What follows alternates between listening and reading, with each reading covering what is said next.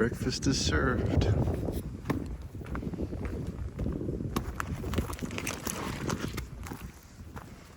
And off we go.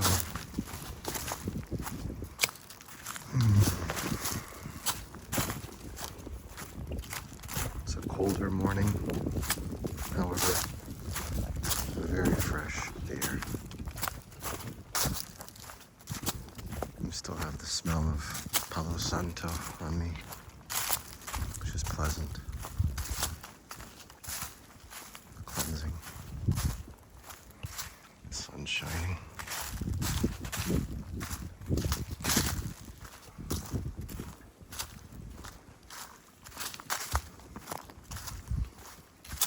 Today we talk about music as a fourth dimensional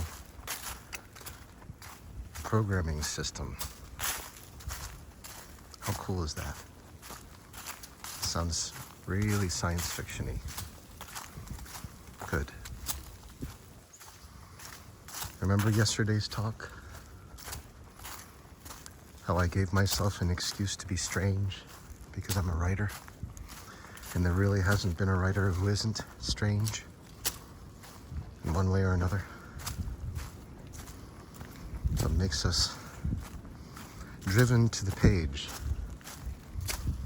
In this case, today, driven to the bar. The verse, the chorus, the bridge, the outro, the solo. Let's talk music.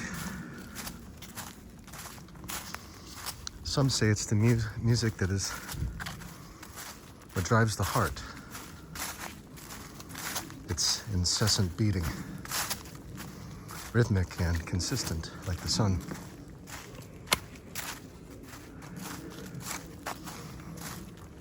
It's the one thing that really tells you, aside from a rumbling, grumbling tummy, that's a stomach and tummy.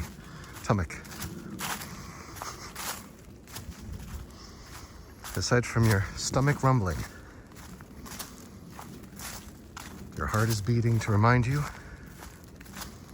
that within you there is a consistent source of life that wishes to be known only for you to feel that you are not alone. So the heart beats for you. I mean, you don't beat for it. In fact, you don't beat for anyone, do you? Me too. It's okay. We're avatars. We're gamers. We're participants in this Earth life experience. And it's our drum, isn't it?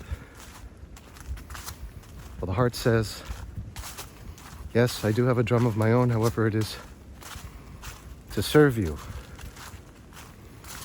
For it's not just music that is taking place with the beat of the heart as a drum. It serves a purpose. In a rhythmic fashion, it is pumping life through you. At such an extraordinary rate, you would be surprised when I tell you. Tens of thousands of liters of circulation.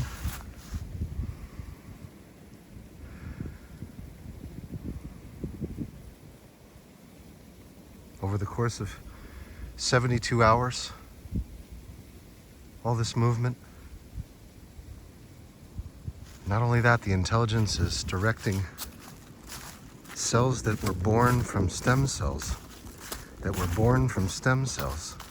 born from you when you were a zygote, a single-celled organism as human. That's your origin. Upon conception, no one can avoid this fact that we were at one point, one cell. Before the beat took place, before anything, we served as source, and we still do. However, we are detached from this through the senses. And through this experience that we have, that is so convincingly real, that is everything to us, this life experience. Before we were detached from that truth, we were one with it.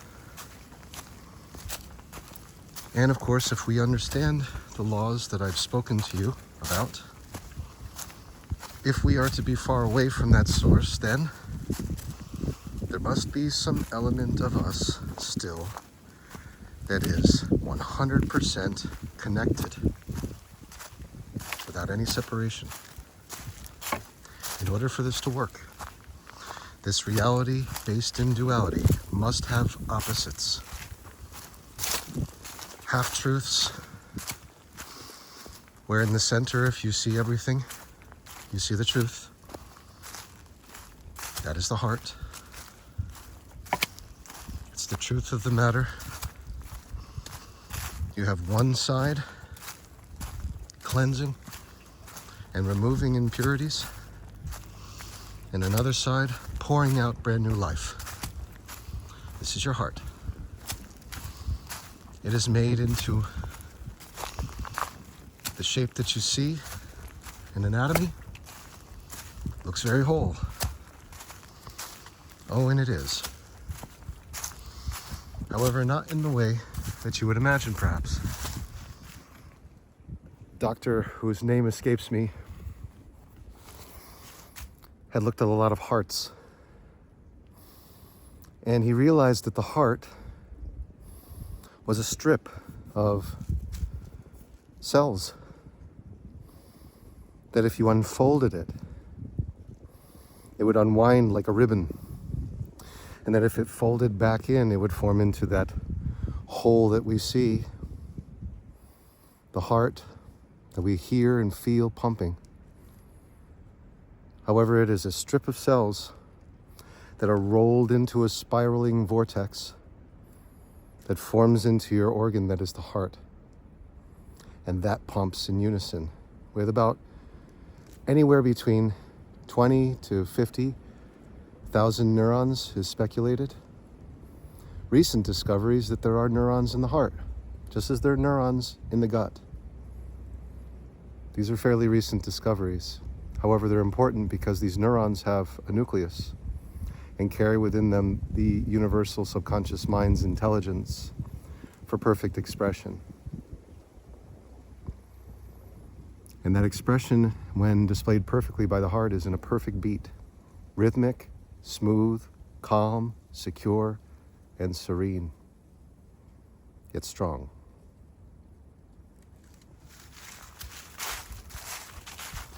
One side of it, just like we have one side that lets out all the garbage, the heart lets out all the garbage. And on the other side, all the life, the source itself, the head of the operation. One side blue, the other side red. No one's any different. Every human being has this setup, this system. Can't avoid it. I mean, you could have a transplant, you could modify your body all you want, cyborgs, but the bottom line is, if you leave it up to God to develop you without interference from your thoughts, feelings, or convictions, your heart builds into the way that I just described. And you are no different from me, nor any other avatar having a life experience right now. And that's glorious. Because it seems we need to find more similarities between each other nowadays, don't we? When all we're doing is looking for whatever polarity we can find.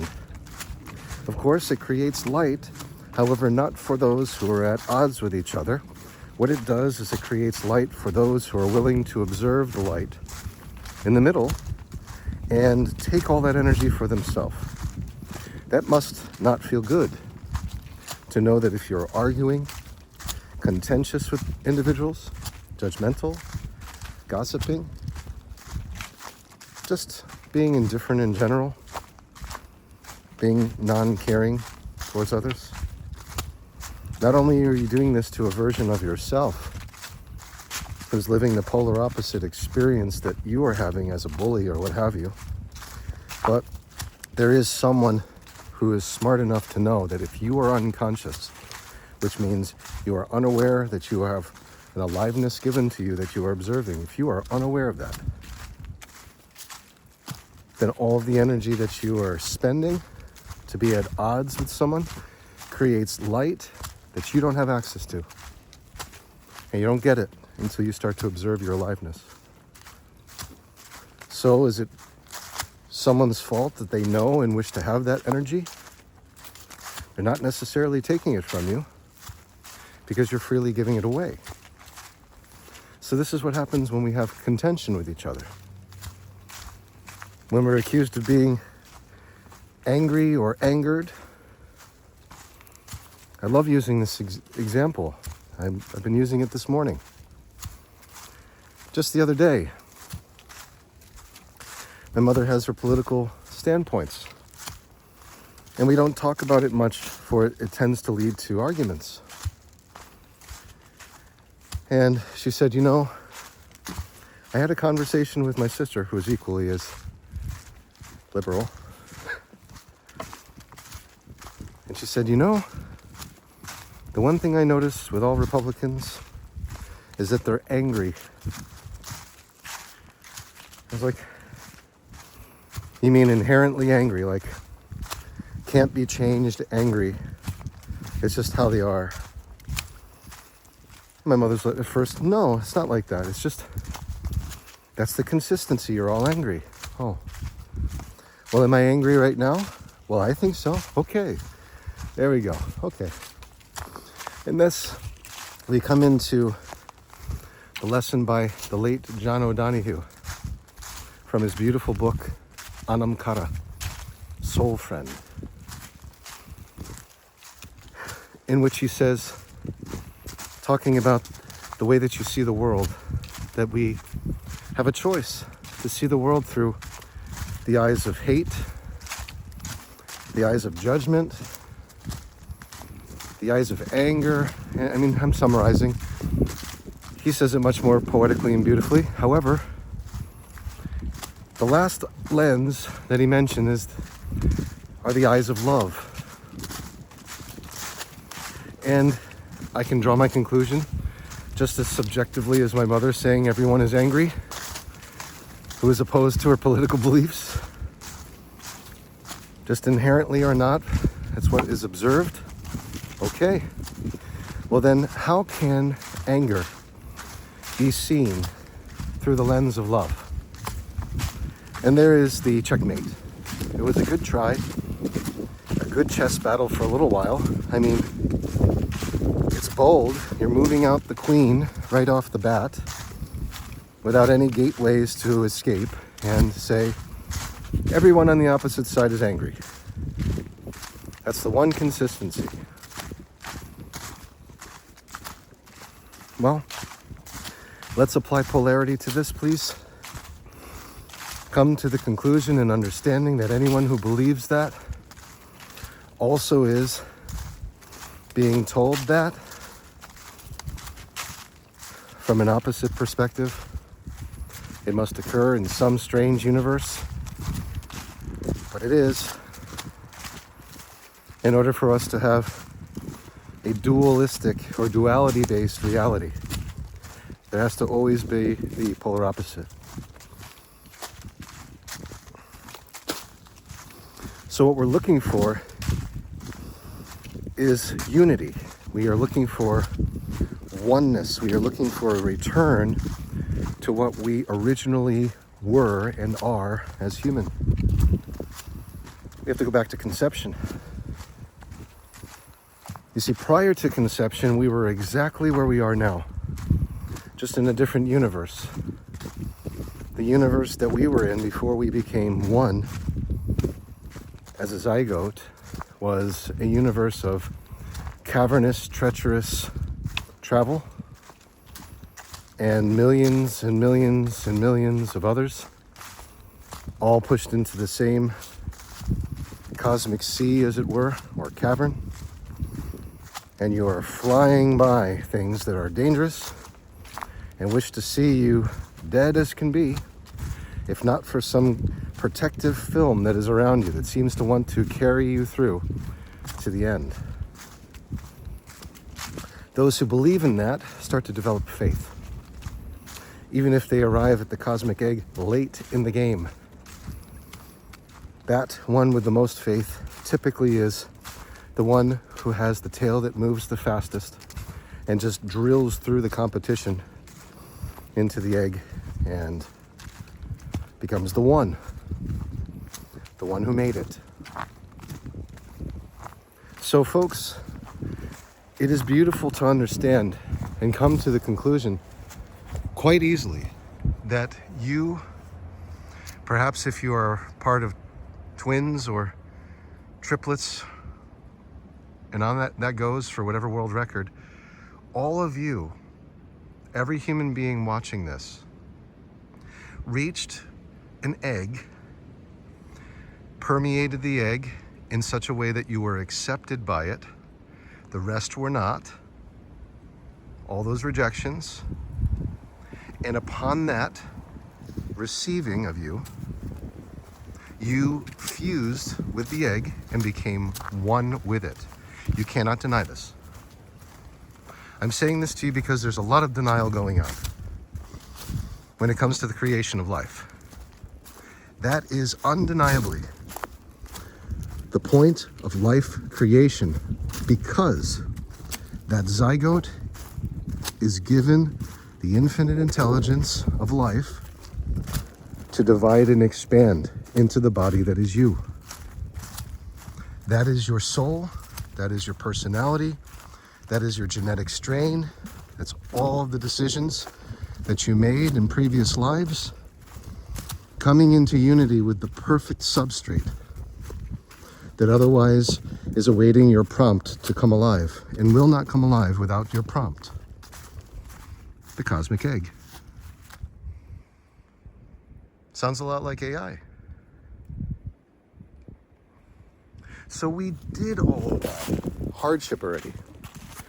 We went through all the difficult travel. We went through all the corridors and all the mockery, and the competition was fierce. We already went through all that. Not to have to go through it again. Some would argue we have to go through it again, because all this is like a whiplashing back and forth between unity and separation that creates the wavelength of life, that we have to have this back and forth, these undulations, these peaks and valleys, these ups and downs. And the only way to truly find peace amongst all of this waviness, all of this undulation, is to find a centeredness in being. And that is why we are so gloriously graced with the imagination. The imagination serves as the centered state of being for all human beings, for all humans. Because we have this, no matter how crazy the world becomes, no matter how strange or misunderstood you may be told to have become,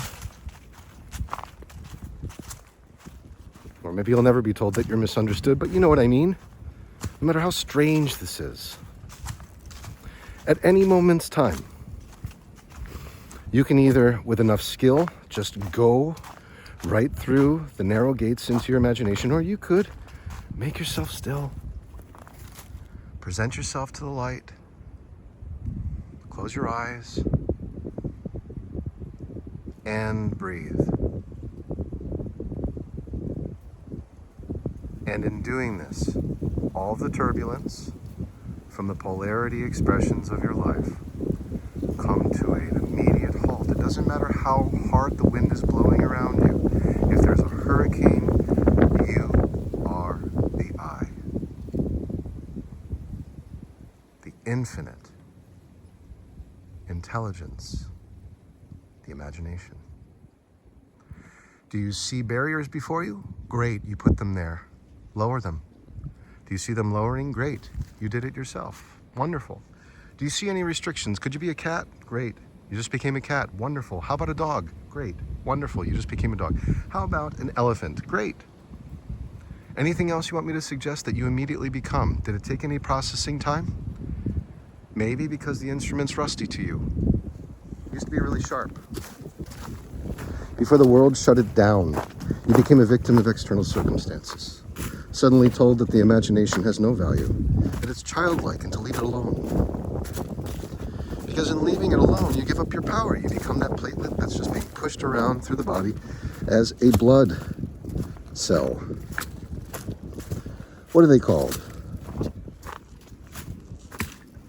I'll leave it up to you. Hemoglobin, a circular, fiery globule of energy. That's what you become. Without that nucleus, the nucleus to you is what? It's the imagination. It is all possibility. Could you become, in this moment, a nucleus in your heart and be the one who's leading the charge with your heartbeat as its conductor?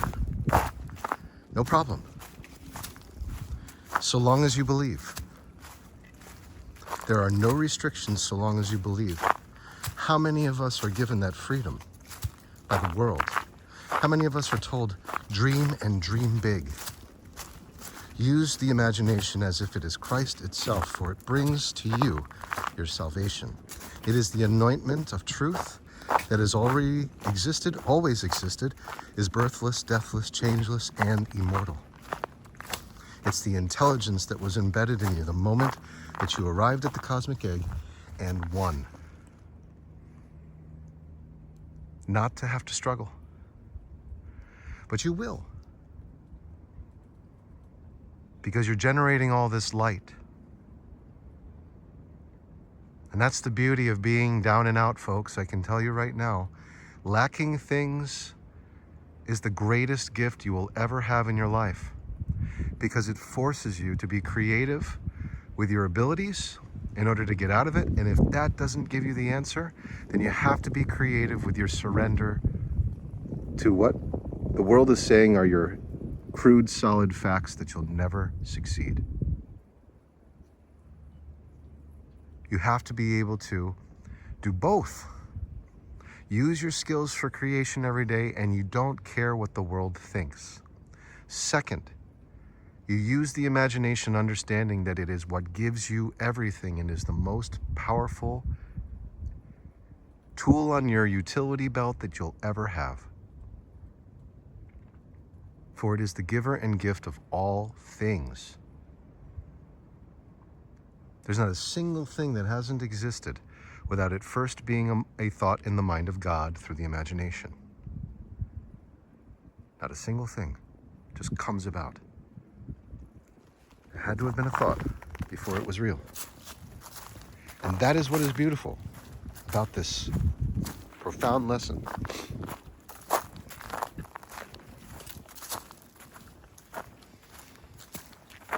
You can rest assured that if you're doing your best to create in the way that you are truly joyful creating, and anytime something undesirable appears, you are reprogramming it, you are revising it to benefit you.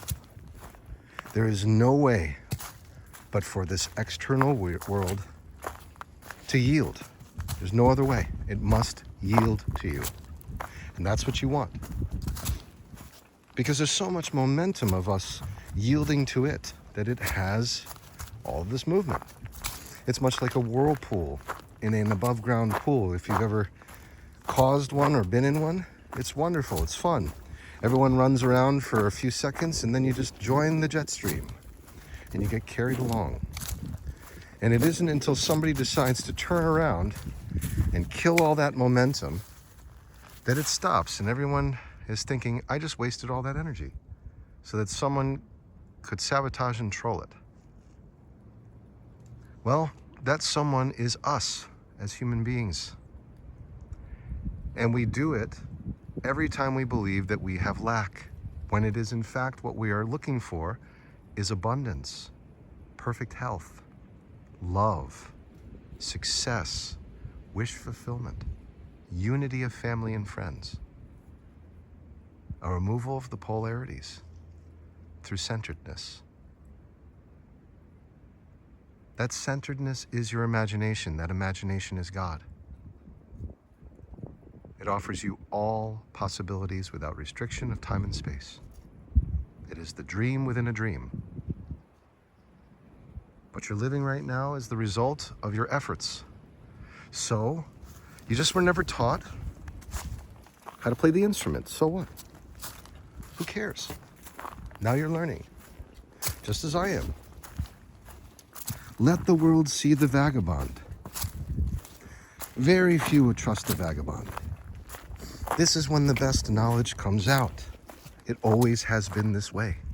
You don't get the best knowledge from Saul when he was a Pharisee. No. You see him persecuting Christians. It isn't until Saul is saved by someone who he was planning on harming that he realizes the truth of his being, because he is lost without his sight. And that's why the book of Acts is so beautiful, for he is making his way back to Damascus, is my understanding. And he suddenly goes blind. Doesn't know what to do. And this is Saul before Saul became Paul the Apostle. He was a Pharisee. And if those don't know who the Pharisees are, they were basically those who were in charge of persecuting Christians.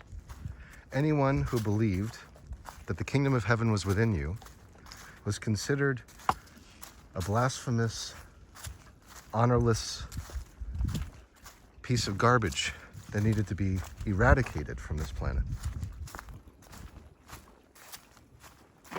So the Pharisees were these relentless, ruthless persecutors of Christians, those who believed in Christ being within. And here you have Saul, who has returned home, and he is wondering what to do.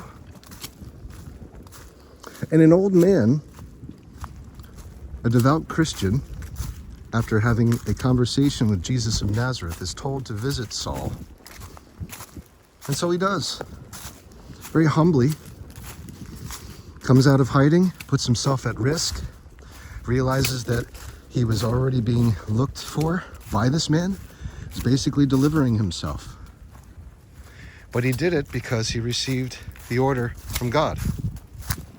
So he delivers himself to the doorstep of Saul, places his hands on him, and his sight is returned. And he explains, this is a miracle of God. And I was told to come here to return your sight. I mean, I'm summarizing, but you get the point. It was only then that Saul started to question his beliefs, because he was saved by the man who he wished to persecute, by the people he wished to persecute.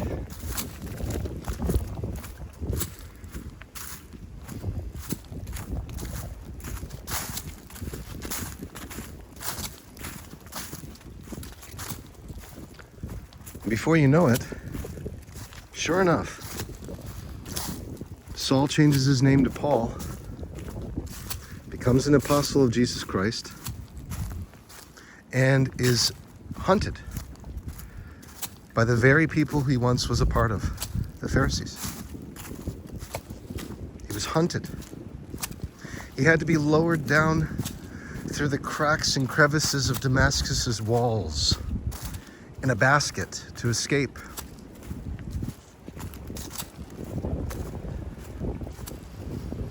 And I believe personally that 1 Corinthians is the ultimate description of love. Most of what was written by Paul is so poignant and beautiful when it comes to understanding your truth. as an embodiment of love. And that's what's so beautiful about this, what's so redeeming, is that someone who once cared not about Christians at all becomes a Christian himself and ends up offering the best translations of Jesus' word, the Word of God. How beautiful is that? So what this says is everyone, no matter how tragic Paul's ending is, everyone has the right to have a change of heart. That's what we're talking about today. A change of heart. In order to unify yourself for peace, so you can be at ease, so that you don't have to see people as angry all the time. Everyone angry. Only on one side. Whereas what? The other side is righteous? We'd be at pure civil war right now if the elections had gone any different. Everyone knows it. Let's not deny it. We have peace. But everyone's saying we don't. So weird. I don't see any wars. I don't see any invaders dropping in like it's Red Dawn. I don't see that. I see the freedom of the United States all around me. That's what I see. I see the peace of the sun rising on a winter's day in New England. And I feel one with all of this. But folks, your imagination will give you a war in your minds. It will feed you anything you want because it's your desire. So if you wish to see every Republican as an angry man and no one else, just an angry middle-aged white man is every Republican, supposedly, then that's what you'll have. And the moment that you're told, listen, sir, madam, all this person was trying to do was give you some food, lower your bills, make it a little easier than it was before, so that it could then be much easier than it was before. And we're not seeking any recognition. No remuneration or recompensation for all the shit that's been tossed in the direction of the rebels, who are Republicans. Republicans are the rebels of today, the counterculturists.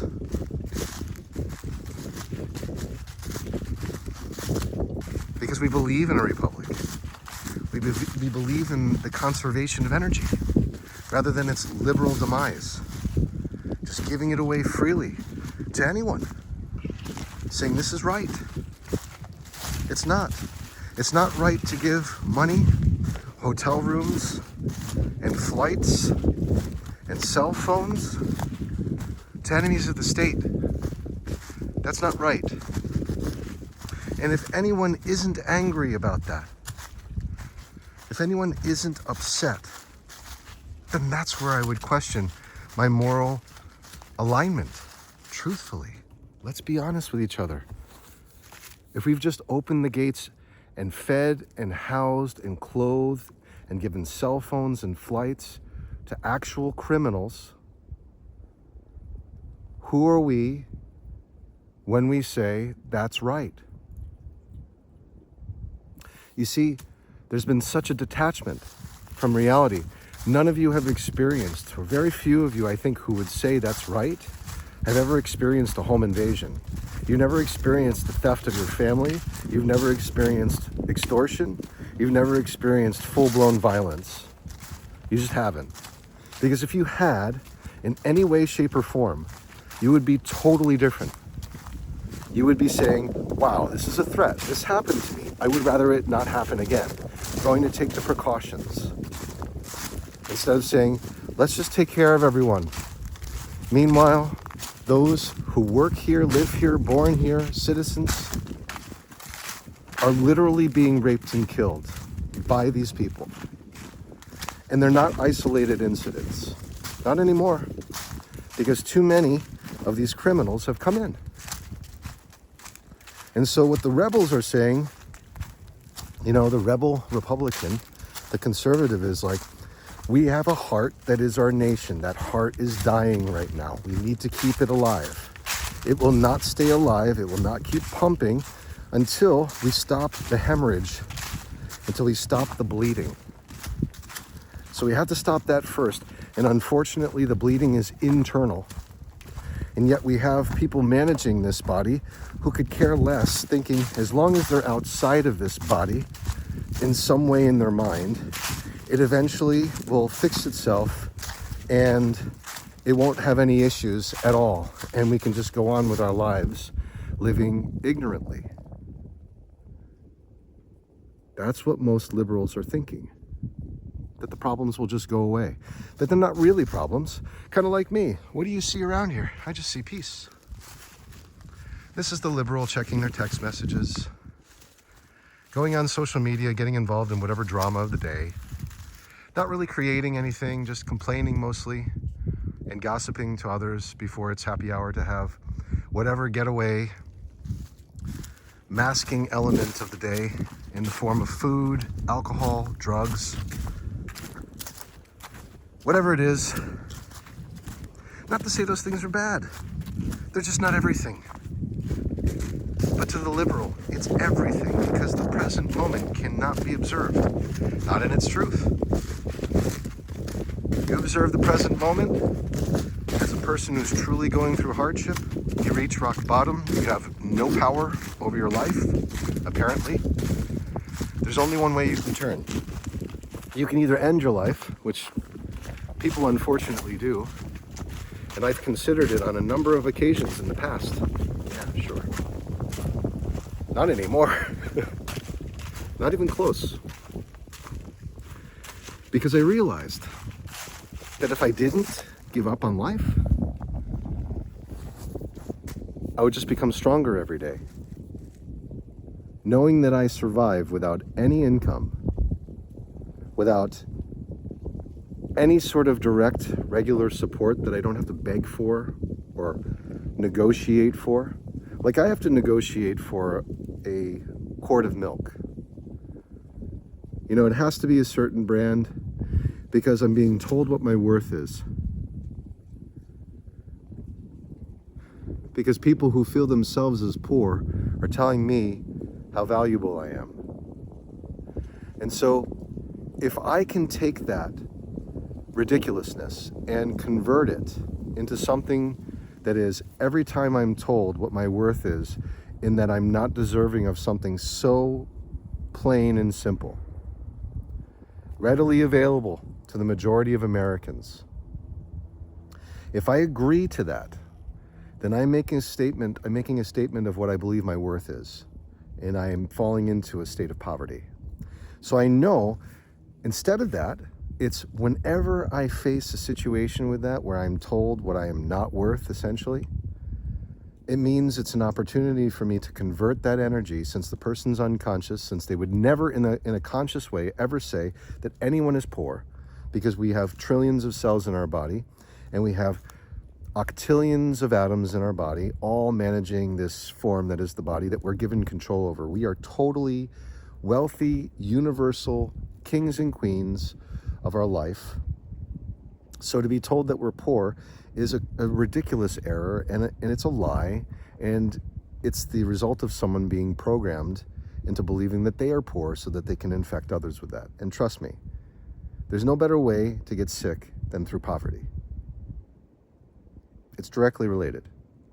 So if you want sickness in your mind, you want sickness in your body, whatever it is that you want sickness with, because you say you're sick and tired of things, all you have to do is fall into the poverty narrative, and that will destroy you. And you learn this when you have nothing. Because when you have nothing, according to the world, you have everything in your imagination. No one can take it from you. When you have a lot of money outside, the world sees this and they become envious and jealous and want to take it in some way. Naturally, according to the unconscious, they want to naturally, as a means of survival, take whatever it is that you have when you have it. It's the idea no one knows you when you're down and out. So it's a beautiful place to be because it gives you freedom. You can be as wild as you want. You don't have to respond to anyone. You don't have to go to work. You don't have to do anything. Someone tells you that you have to move, you just say nope.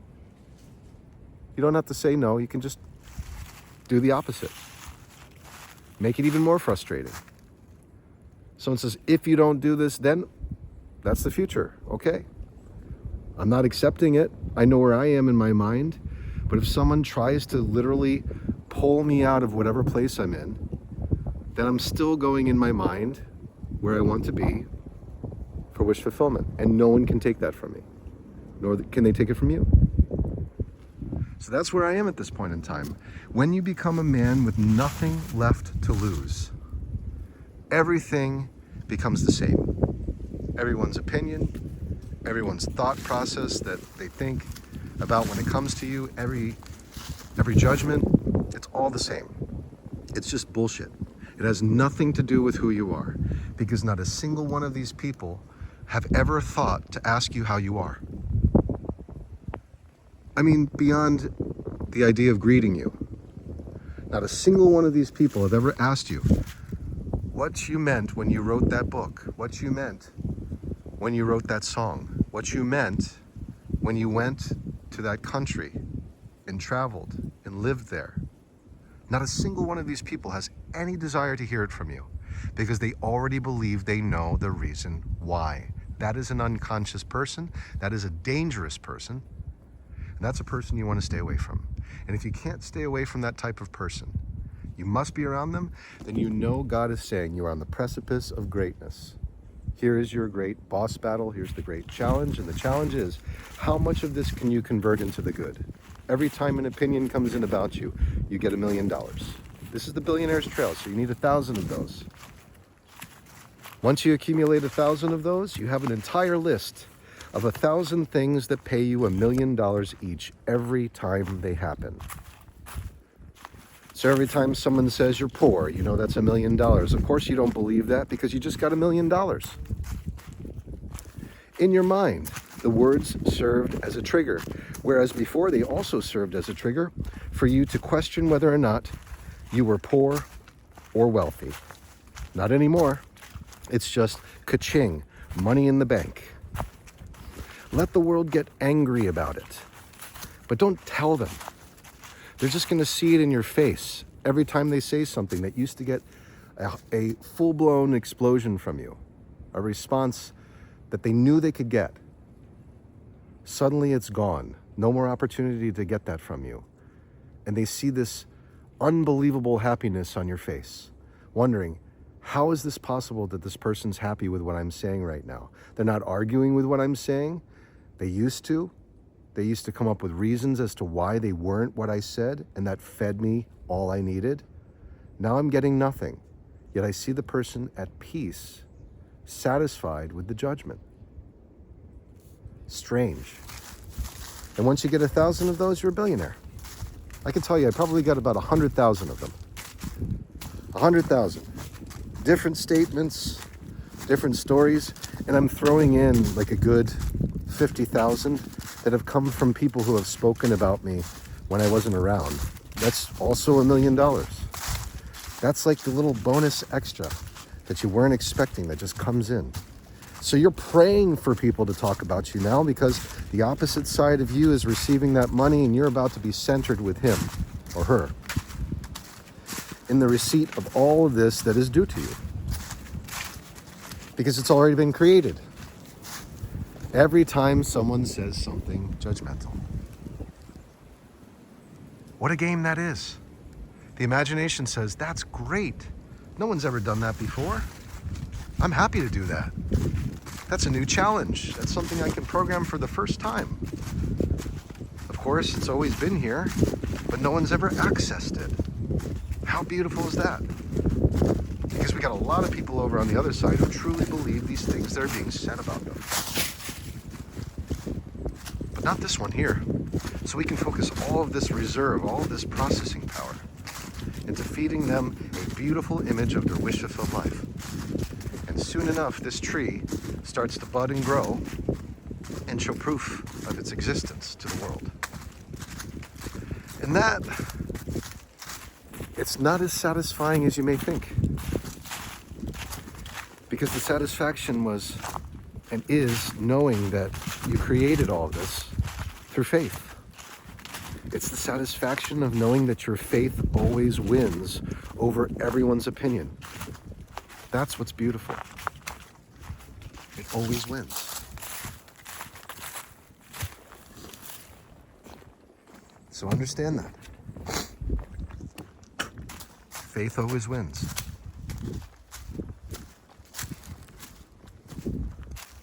Know what faith is before we conclude today. Faith is the distance that is perceived by the outside world of you being a wish-fulfilled self.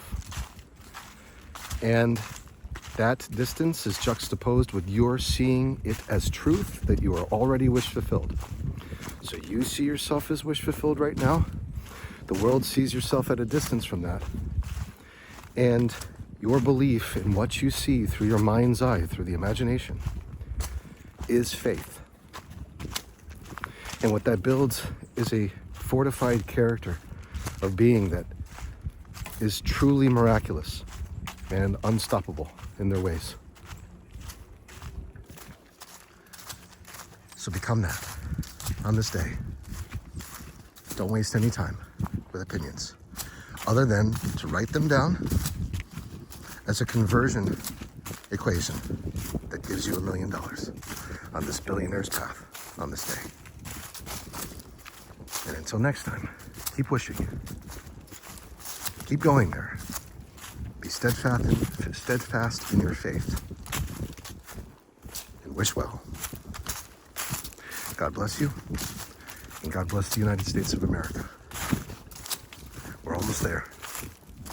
We're there, but we're almost there. We're there on the inside, but we're almost there on the outside. So just keep the faith. It's good for everyone, please.